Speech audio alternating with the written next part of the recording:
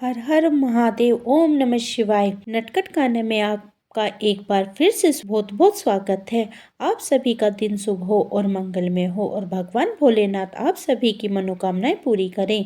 आप सभी ने माघ मास महात्म्य की कथाओं का हमारे चैनल पर सुना और अब आप फागुन मास महात्म्य के कथाओं का इसी का भी श्रवण करेंगे। तो आइए शुभ आरंभ करते हैं भगवान शिव की प्रार्थना के साथ। ज्योतिर्मात्र स्वरूपाय निर्मल ज्ञान चक्षु से नमः शिवाय शांता ब्राह्मणी लिंग मूर्ताय, अर्थात ज्योति मात्र जिसका स्वरूप है, निर्मल ज्ञान ही जिसके नेत्र हैं, जो लिंग स्वरूप ब्रह्मा है, उन परम शांत कल्याण में ऋषियों ने श्री सूत जी से कहा। सूत जी ने अपने हमें माघ मास महात्म्य का वर्णन किया। अब हमें फागुन मास महात्म्य का में भगवान शिव जी के महात्मा और उनके मंत्रों की महिमा को सुनना चाहते हैं। और तब सूत जी ने कहा, मुनियों, मरण धर्म मनुष्यों के लिए इतना ही सबसे उत्तम है एवं सनातन आश्चर्य है कि भगवान महेश्वर की कथा में अकारण भक्ति भाव का उदय ही समस्त पुण्यों श्रेय के संपूर्ण साधनों से समस्त यज्ञों में जप यज्ञ को ही सर्वोत्तम माना गया है। जैसे सब देवताओं में त्रिपुरारी भगवान शंकर श्रेष्ठ हैं, उसी प्रकार सब मंत्रों में भगवान शिव मंत्र श्रेष्ठ है। उसी के को प्रणव से रहित होने से पंचाक्षर मंत्र भी कहते हैं। वह जप करने से मनुष्यों को मोक्ष देने वाला है। सिद्धि की इच्छा रखने वाले सर्वश्रेष्ठ मुनि इस मंत्र का समयक रूप से सेवन करते हैं। शिव जी के शुभ पक्ष पंचाक्षर मंत्र में सर्वज्ञ परिपूर्ण सच्चिदानंद स्वरूप भगवान शिव सदा रमते रहते हैं।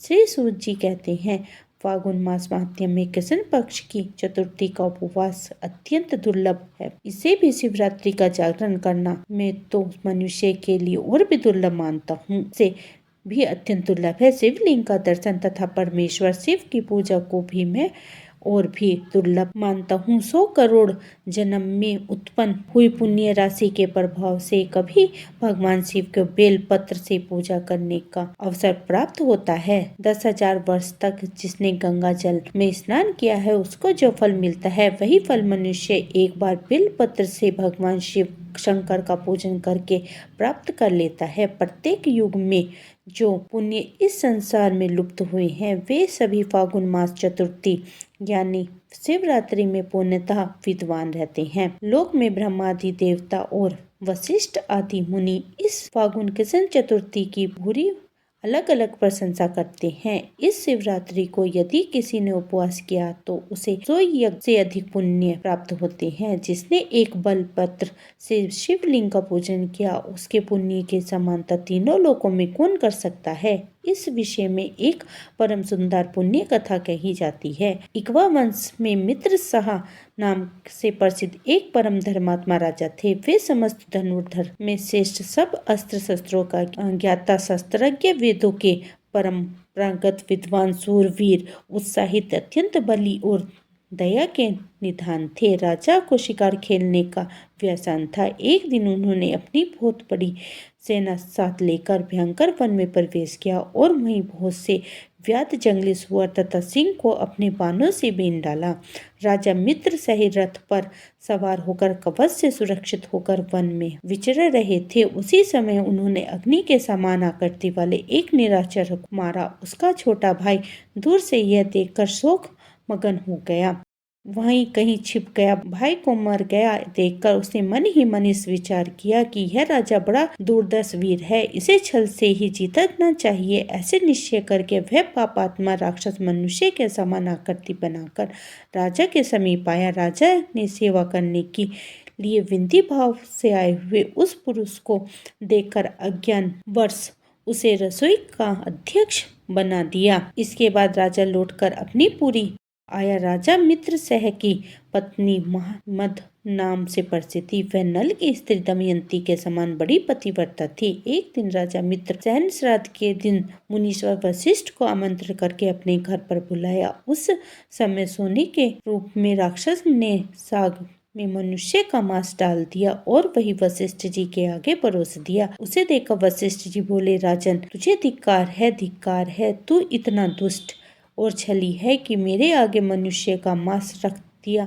इस पाप के कारण तू राक्षस हो जाए। जब मुनि को यह बात मालूम हुई कि यह सारी करतूत राक्षस की है, तब उन्होंने इस श्राप को 12 वर्षों की अवधि में सीमित कर दिया। तब राजा भी कुपित होकर बोला कि यह मेरी करतूत नहीं थी और न ही मैं इस विषय में कुछ जानता था, तो भी आपने मुझे अकारण श्राप दे दिया, इसलिए गुरु होने पर भी मैं आपको श्राप देता हूँ। ऐसा कहकर राजा अंजलि में जल लेकर गुरु को श्राप देने के लिए तत्पर हुआ।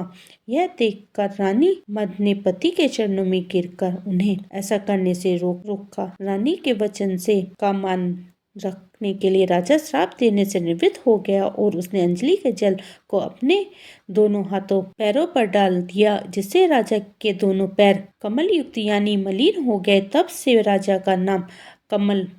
राजा का नाम कमलमास्पद हो गया। गुरु के हिसाब से राजा वन में विचरने वाला राक्षस हुआ। एक दिन वन में कहीं घोर किशोरावस्था वाले नवविवाहित मुनि दंपत्ति रमन कर रहे थे। उसी समय उस नर भक्षी राक्षस ने तरुण मुनि कुमार को खाने के लिए पकड़ लिया। ठीक उसी समय जैसे छोटे ने मृग शिशु को कोई व्याध पकड़ लेता है, राक्षस के वश में पड़े हुए अपने पति को देखकर उनकी स्त्री करुणापूर्वक बोली, सूर्यवंश यशोदाधर महाराज, आप ऐसे पाप ना कीजिए। आप राक्षस नहीं, अयोध्या के सम्राट हैं, रानी मद के पति हैं। प्रभु, ये मेरे स्वामी मुझे प्राणों से अधिक प्रिय हैं, इन्हें नहीं खाइए। शरण में आए हुए दीन दुखी मनुष्यों को आप ही सहारा देने वाले हैं। इन महात्म पति को बिना मेरा यह शरीर मेरे लिए महान भार है। इस मलिन पापम पंच भौतिक शरीर से क्या सुख होगा। ये मुनि कुमार देखने को बालक है, किंतु वेदों के विद्वान, शांत, तपस्वी और अनेक शास्त्रों के ज्ञाता हैं। इन्हें जीवन दान देकर संपूर्ण रक्षा करने का आपको पुण्य प्राप्त होगा। महाराज, मैं ब्राह्मण की स्त्री हूँ, अभी बालिका हूँ, मुझे पर कृपा कीजिए। आप जैसे साधु पुरुष अनाथ, तीनों और पीड़ितों पर कृपा करने वाले होते हैं।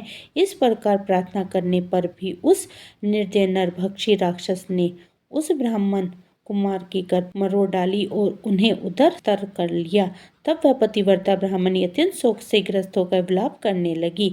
उसने पति की हड्डियों को एकत्रित करके भयंकर चिता प्रज्वलित की और पति का अनुसरण करने के लिए अग्नि में प्रवेश करते समय उस राक्षस रूपधारी राजा को इस प्रकार शाप दिया, अरे ओ पाप आत्मा, तूने मेरे पति को खा लिया है, अतः तू भी जब स्त्री के समागम करेगा तो उसी समय तेरी मृत्यु हो जाएगी। यह कहकर वह तीव्रता स्त्री चिता की आग में प्रवेश कर गई। गुरु के शाप का उपभोग करके राजा पुनः अपने स्वरूप को प्राप्त हुआ और प्रसन्नता पूर्वक घर को गया। रानी मदा उसी पतिव्रता ब्राह्मणी के शाप को जानती थी, इसलिए वैधव्य से डर कर उसने रति की इच्छा वाले पति को अपने पास आने से मना कर दिया। राजा मित्र सह राज्य को सुख भोगने से विरक्त हो गया और संपूर्ण लक्ष्मी का परित्याग करके पुनः वन में चला गया। राज्य छोड़कर संपूर्ण पृथ्वी पर विचरण हुए राजा ने अपने पीछे पीछे आती हुई एक भयंकर रूप वाली पिशाचनी को देखा। वह ब्रह्म हत्या थी। श्रेष्ठ मुनि के उपदेश से राजा ने उस ब्रह्म हत्या को पहचाना। उसके निवारण के लिए विरक्त चित्त वाले राजा ने अनेक वर्षों तक बहुत से क्षेत्रों में विचरण किया। फिर भी जब ब्रह्म निर्वित नहीं हुआ, तब वे मिथिला में आई। इस समय उधर जाते हुए निर्मल अंतकरण वाले गौतम मुनि को उन्होंने देखा और उनके समीप जाकर बार बार प्रणाम किया। तब मुनि श्रेष्ठ गौतम ने राजा को आशीर्वाद देकर मंद मंद मुस्कुराते हुए कहा, राजन, तुम्हारे यहाँ कुशल तो है ना? तुम्हारे राज्य में कोई विघ्न बाधा तो नहीं? तब राजा ने कहा, ब्राह्मण, आपकी कृपा से हम सब कुशल पूर्वक है, परंतु यहाँ भयंकर रूप वाली पिशाचनी हमें बड़े दुख देती है। शापग्रस्त होकर हमने जो दुर्लभ पाप कर डाला है, उसकी शांति सहस्त्र प्रायश्चित से भी नहीं हो रही है। आप प्रेम पूर्वक संभाषण करके मेरे मन को आनंदित कर रहे हैं। हे महाभागा, चरण कमलों की शरण में आए हुए पापी को शांति प्रदान कीजिए, जिससे मुझे सुख मिले। तब करुणानिधि गौतम ऋषि जी ने कहा, राजेंद्र, अब अपने महान पापों से होने वाले भयंकर का त्याग दो। जब भगवान शंकर रक्षा करने वाले हैं, तब उनके शरण में आए हुए भक्तों को वहाँ से भय हो सकता है। गोकर्ण नामक क्षेत्र महापातकों को भी सहारा करने वाला है। वहाँ बड़े से बड़े पापों भी नहीं टिक सकते। गोकर्ण क्षेत्र में विद्यमान भगवान शिव स्मरण करके मात्र से ही समस्त पापों का नाश कर डालते हैं। जैसे कैलाश और मंदराचल के शिखर पर भगवान शिव का निश्चित निवास है, उसी प्रकार गोकर्ण मंडल में भी महान जी महाबल नाम से निवास करते हैं। रावण नामक राक्षस ने घोर तपस्या करके जिस शिवलिंग को प्राप्त किया था, उसी को गणेश जी ने गोकर्ण क्षेत्र में स्थापित किया है। सनक, सनान आदि महात्मा तथा मृगचरम में वस्त्र धारण करने वाले साध्य तथा मुनि गण वहाँ बैठकर भगवान शिव की उपासना करते हैं। इस ब्राह्मण मंडल में गोकर्ण के समान दूसरा क्षेत्र नहीं है। वहाँ महात्मा अगस्त्य मुनि ने घोर तपस्या की है। राजन, इस तीर्थ में संपूर्ण देवताओं के स्थान हैं। देवाधिदेव भगवान विष्णु, परमेष्ठ, ब्रह्म, वीरवर, कार्तिकेय तथा गणेश जी के स्थान हैं। गोकर्ण तीर्थ में कोटि कोटि से वाली लिंग विद्वान है। वहाँ पग पग पर असंख्य तीर्थ मौजूद हैं। सत्ययुग में महाबल नामक भगवान शिव श्वेत वर्ण से होते हैं। त्रेता में उनका रंग अत्यंत लाल हो जाता है। द्वापर में वे पीत वर्ण के हो जाते हैं और कलयुग में श्याम वर्ण के हो जाते हैं। महाबल शिव भयंकर कलयुग प्राप्त होने पर कोमल भाव के प्राप्त होते हैं।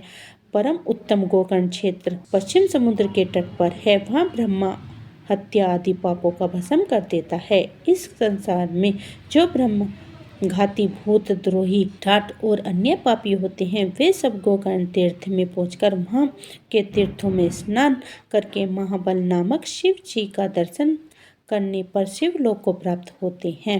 वहाँ पर पुण्य तिथियों में, पुण्य नक्षत्र और पुण्य दिन में जो महेश्वर शिव जी की पूजा करते हैं, वे सब शिव रूप हो जाते हैं। यदा कदा जो कोई भी मनुष्य गोकर्ण तीर्थ में जाकर भगवान शंकर का पूजन करता है, वहाँ ब्रह्म पद को प्राप्त होता है। रविवार, सोमवार तथा बुधवार को जब अमावस्या तिथि का योग्य हो, तब वहाँ समुद्र के में किया हुआ स्नान, दान, पितृतर्पण, पूजन, जप, होम, व्रत, चार्य तथा ब्राह्मणों का सत्कार अनंत फलों को देने वाला होता है। हम महान प्रदोष की बेला में भगवान शिव का पूजन मोक्ष देने वाला होता है। फागुन मास में जो परम पुण्य कृष्ण पक्ष की चतुर्थी आती है, उस दिन शिवलिंग और बिलपत्र इन सब का सुयोग दुर्लभ है। अहो माया कैसी प्रबल है कि जिसको मूढ़ हुए मनुष्य भगवान शिव की इस महातिथि को उपवास तक नहीं करते। शिवरात्रि का उपवास, जागरण, भगवान शंकर के समीप निवास तथा गोकर्ण क्षेत्र का वास, इन सब का सुयोग होना मनुष्य के लिए शिवलोक में जाने की सीढ़ी है। राजन, मैं भी इस समय गोकर्ण तीर्थ से लौटकर आया हूँ। शिवरात्रि को उपवास करके भगवान शिव का महोत्सव देखकर लौटा हूँ। शिवरात्रि पर वहाँ का महान उत्सव देखने के लिए सब देशों से चारों वर्णों के लोग आए थे। बालक, वृद्ध तथा चारों आश्रमों के निवासी वहाँ पर आकर देवेश्वर शिव का दर्शन करके कृतिक को प्राप्त हुए। लौटते समय मार्ग में एक अद्भुत आश्चर्य की बात देखकर मैं परमानंद से मैं निमग्न होकर कृतिक हो गया। इसके बाद राजा ने पूछा, ब्राह्मण, आपने मार्ग में कौन सी आश्चर्य की बात देखी, वह भी मुझे बताइए। तब गौतम जी ने जो कुछ भी राजा को बताया, इसका वर्णन आप अगले अध्याय में सुनेंगे। अब आप उम्मीद है आपको मेरी ये वीडियो पसंद आई होगी। वीडियो पसंद आई है तो वीडियो को लाइक कीजिए और अगर चैनल पर पहली बार आए हैं तो चैनल को सब्सक्राइब कीजिए और अपने परिवार और मित्रों में शेयर कीजिए।